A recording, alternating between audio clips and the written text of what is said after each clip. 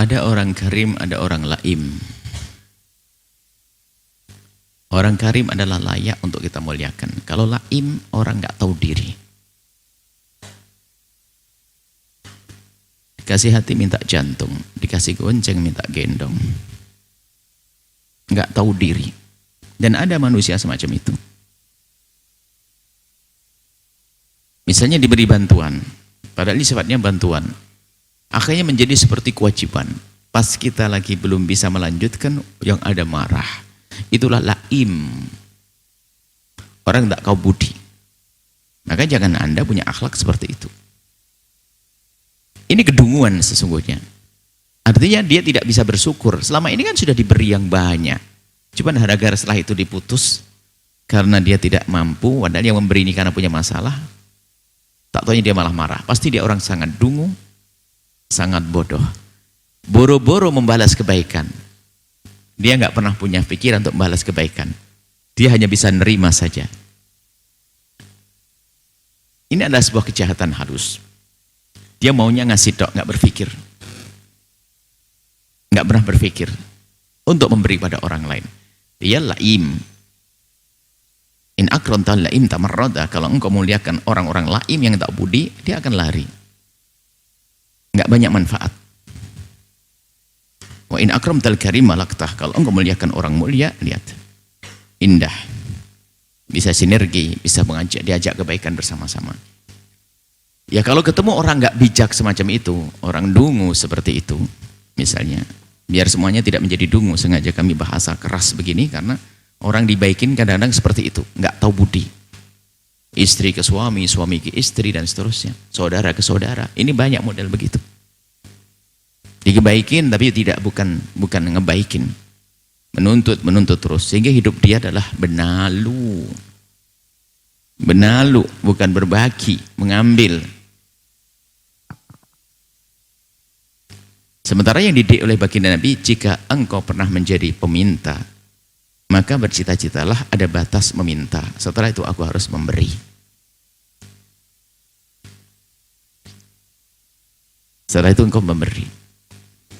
Tapi kalau memang sifatnya jelek, enggak, dia meminta tok. Tapi pelitnya setengah mati. Kerjaannya minta. Giliran diminta sama orang, waduh luar biasa. Seremnya setengah mati.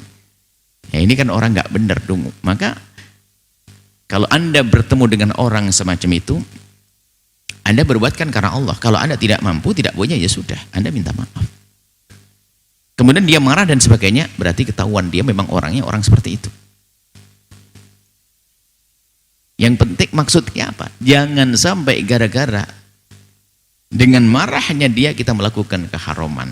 Oh dia kita punya utang, kita duit lagi lagi nipis, lagi tidak ada. Memaksakan akhirnya kita sendiri melakukan keharaman demi mencari ridho orang tersebut. Berarti kita menjadi dungu juga.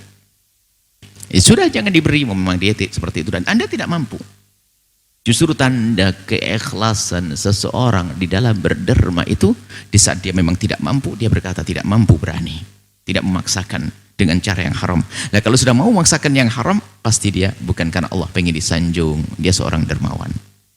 Hati-hati. Kalau nggak mampu ya sudah. Ini menjelang Lebaran ya. Ada orang mudik itu hanya pengen dibilang wah dia sukses di kota. Jadi kalau pulang kampung itu ketakutan. Kenapa? Harus bagi-bagi duit. Padahal dia banyak utang ya. Hanya action saja. Biar gayanya di kota sukses, bagi-bagi. Makanya setiap mau pulang bingung, nggak berani pulang. Kenapa? Wong Anda sendiri belum sukses, kenapa bagi-bagi? Tapi harus pulang dia. Akhirnya action, bagi duit dan sebagainya. Bukan karena Allah. Tersiksa kan dia? Misalnya ini menjelang Lebaran ada model-model begitu. Maka justru tanda ketulusan Anda biasa saja. Kalau Anda tidak mampu, ya sudah. Anda kuat dengan omongan, paling tidak Anda tahu. Maka kalau Anda ingin memuliakan seseorang, orang yang layak dimuliakan. Kocek Anda itu terbatas loh ya. Kalau Anda ingin berbuat baik, berbuatlah baik Anda kepada orang yang sekiranya pahalanya akan berlipat-lipat. Dan berguna. Akan tapi kalaupun Anda masih dengan ketabahan Anda, yang paling Anda lihat adalah Allah, ya tetap. Karena Anda dimarahin, dicaci dan sebagainya, suatu ketika Anda kok dapat rezeki lagi, Anda kasih lagi boleh dia. Karena untuk sambung silaturahmi ya tetap.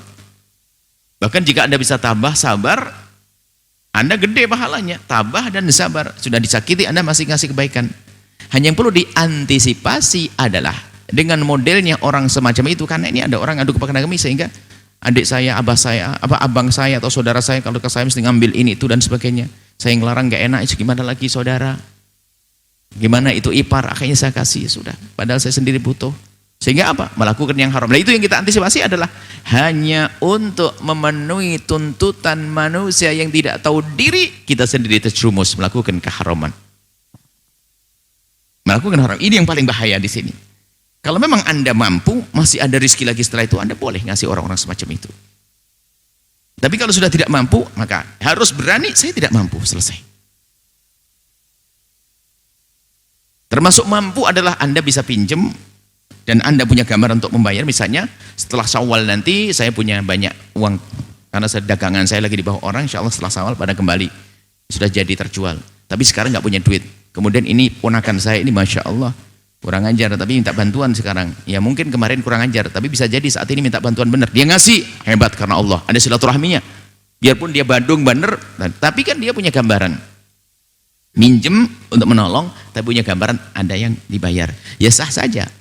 Memaksakan berbuat baik, ya kan? Tapi dengan cara yang halal. Kan pinjem boleh. Pinjem kemudian diberi. Yang nggak boleh adalah punya utang jatuh tempo memberi.